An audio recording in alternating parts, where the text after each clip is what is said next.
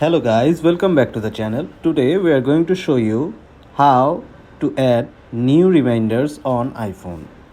The Reminders app on iPhone can help you stay organized. In the Reminders app, you can easily filter items across all your lists using Smart Lists. You can create custom Smart Lists to automatically include items filtered by tags, dates, times, locations, flags, and priority.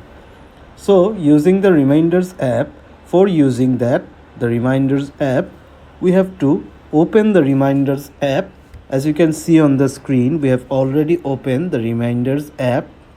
Now to add a new reminder, tap on this button.